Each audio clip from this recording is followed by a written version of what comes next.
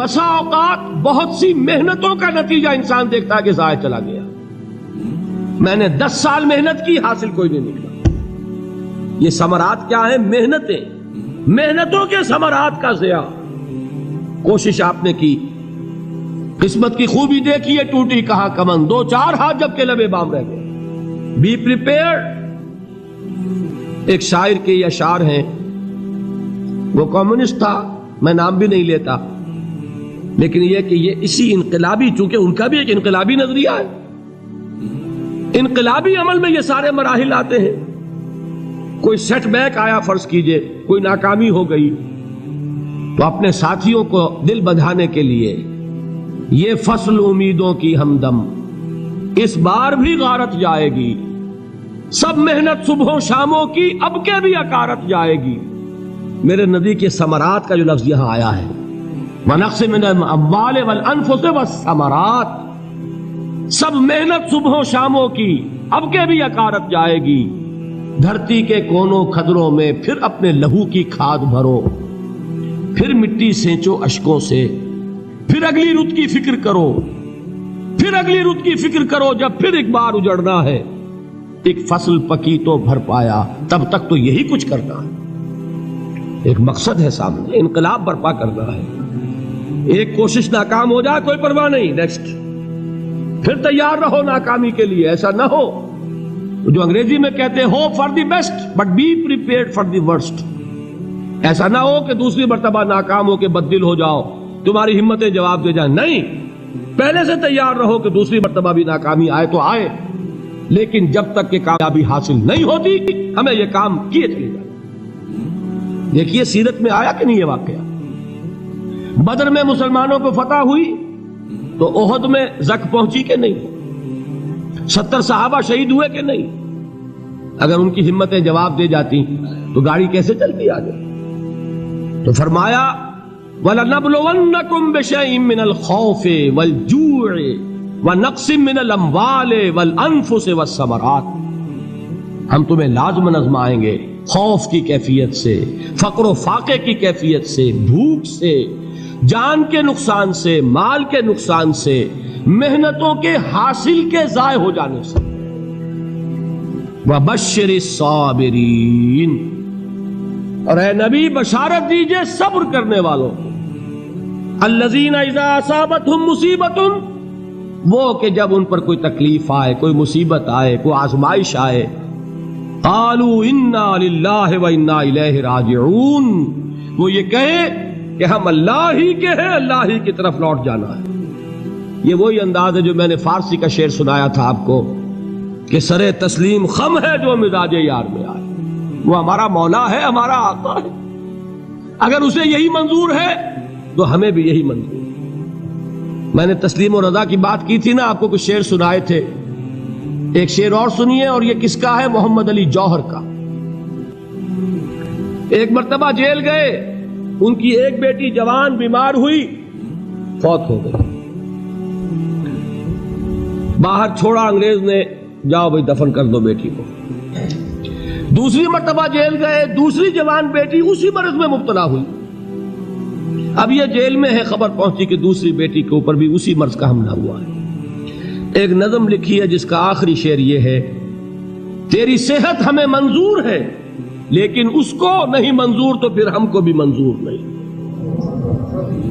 یہ ہے، جب تک یہ کیفیت نہ ہو اس میدان میں آدمی ثابت قدم نہیں رہ سکتا کہ میرے رب کو اگر یہ منظور ہے تو یہی مجھے منظور ہے، اور تیری صحت ہمیں چاہیے تو ضرور، لیکن ہمارے رب کو منظور نہیں تو ہمیں بھی منظور. راضی برضائے رب. وَبَشِّرِ الصَّابِرِينَ الَّذِينَ إِذَا أَصَابَتْهُمْ مُصِيبَةٌ قَالُوا إِنَّا لِلَّهِ وَإِنَّا إِلَيْهِ رَاجِعُونَ. نہ شود نصیب دشمن کے شود ہلاک تیغت، سر دوستہ سلامت کے تو خنجر آزمائی. اولئک علیہم صلوات من ربہم ورحمہ، یہی ہے وہ لوگ جن پر ان کے رب کی طرف سے عنایتیں ہیں اور رحمتیں ہیں. وَأُولَٰئِكَ هُمُ الْمُهْتَدُونَ، اور یہی ہے وہ لوگ جو کامیاب ہونے والے ہیں، ہدایت پانے والے، ہدایت یافتہ. اسی سورہ بقرہ میں ذرا آگے چل کر، یہ تو ہے 20واں رکوع، 19واں رکوع. 21ویں رکوع کی پہلی آیت ہے لیس البر ان تولوا وجوہکم قبل المشرق والمغرب ولكن البر من آمن بالله واليوم الآخر والملائكة والكتاب والنبيين وآتى المال على حبه ذوي القربى واليتامى والمساكين وابن السبيل والسائلين وفي الرقاب وأقام الصلاة وآتى الزكاة والموفون بعهدهم إذا عاهدوا والصابرين في البأساء والضراء وحين البأس. اب یہ آیت جو ہے سورۃ العصر میں جو مضامین آئے تھے سارے اس میں موجود ہیں. وہاں ایمان کا لفظ آیا، یہاں 5 ایمانیات کی تفصیل آ گئی، اعمال کی تفصیل آئی، اور آخری بات وہاں کیا ہے وتواصوا بالصبر، اور یہاں کیا ہے والصابرین فی البأساء والضراء وحین البأس. اور صبر کرنے والے، اصل نیکی ان کی ہے جو صبر کریں. کس میں؟ جنگ کے وقت. ذرائے باسائے، باسا کہتے ہیں فقر اور فاقہ. واحد آئے گا باس تو اس کے معنی جنگ، اور باسا جمع میں آئے گا تو فاقہ فقر بھوک. اور ذرائے جسمانی تکلیف، ضرر جسمانی تکلیفوں میں صبر کرنے والے، فقر اور فاقے میں صبر کرنے والے، اور جنگ کے وقت صبر کرنے والے. اولئک الذین صدقوا واولئک هم المتقون. یہ ہیں وہ لوگ جو صبر کرنے والے ہیں، یہ ہیں جو سچے ہیں، جو اپنے دعوے میں نیکی کے اور ایمان کے صادق ہیں، اور یہی وہ لوگ ہیں جو متقی. اگلی سورت ہے سورہ آل عمران، اس میں 2 لفظ آئے ہیں. آخری آیت یا ایھا الذین آمنوا اصبروا وصابروا ورابطوا واتقوا اللہ لعلکم تفلحون. دیکھیے یہاں صبر اور صابر جو تعلق جوہد اور جہاد کا ہے وہی ہے صبر اور مصابرت. صبر ایک طرفہ عمل ہے، آپ جھیل رہے ہیں، برداشت کر رہے ہیں. صبر علی المعصیہ، صبر علی الطاعہ، صبر علی الابتلاء، یہ سب کیا ہے؟ صبر. اور مصابرت کیا ہے؟ صبر کا صبر سے مقابلہ. یہ سورہ آل عمران اب وقت نہیں ہے، میں آپ کو سناتا اللہ تعالیٰ نے کیسے کیسے مسلمانوں سے کہا. مسلمانوں تمہیں زک پہنچی ہے تو انہیں بھی تو پہنچی تھی. ان کے 70 نہیں مارے گئے تھے بدر میں؟ ان کے حوصلے جو ہیں وہ تو پست نہیں ہوئے، وہ اگلے سال آ گئے تم پر چڑھائی کر کے. تم کیوں اتنا برا مان رہے ہو؟ تمہارے دل اتنے زخمی کیوں ہو گئے؟ تمہیں تکلیف پہنچتی ہے تو انہیں بھی پہنچتی ہے. اپنی غیرت جو ہے ہمیں ذرا اس کا جائزہ لینا چاہیے. لوگ باطل نظریات کے لیے کتنی قربانیاں دے رہے ہیں، لوگ باطل چیزوں کے فروغ کے لیے کتنی محنتیں کر رہے ہیں. جیسا کہ میں نے ابھی کہا تھا، اسی غیرت کو چیلنج کرنے کے لیے، ذرا آپ کی حمیت دینی کو جوش دلانے کے لیے، قادیانی نوجوان کتنی تعداد میں اپنے آپ کو دین کے لیے وقف کرتا ہے، اور آپ کتنے نوجوان ہیں جو اپنے آپ کو دین کے لیے وقف کرتے ہیں، اور ہوں وہ کھاتے پیتے گھرانوں کے لوگ. یہ نہیں ہے کہ اگر کوئی اور کام نہیں کر سکتا تو پھر یہ ہے کہ وہ دین کے کام میں لگ جائے. باصلاحیت لوگ، کھاتے پیتے لوگ، ذہنی استعداد رکھنے والے لوگ، اونچے گھرانوں کے لوگ، وہ وقف کریں اپنے آپ کو دین کے لیے. اس کے بغیر کیسے باہر آ جائے گی، کیسے رونق آ جائے گی؟ تو دنیا میں باطل نظریات والے جو ہیں، یہ بات کہی گئی ہے مسلمانوں تم اگر توحید کے لیے لڑ رہے ہو، دیکھتے نہیں ابو جہل کو، اس نے گردن کٹوائی ہے شرک کے لیے، شرک کے لیے گردن کٹوائے، اور تم توحید کے لیے گردن کٹوانے کو تیار نہ ہو.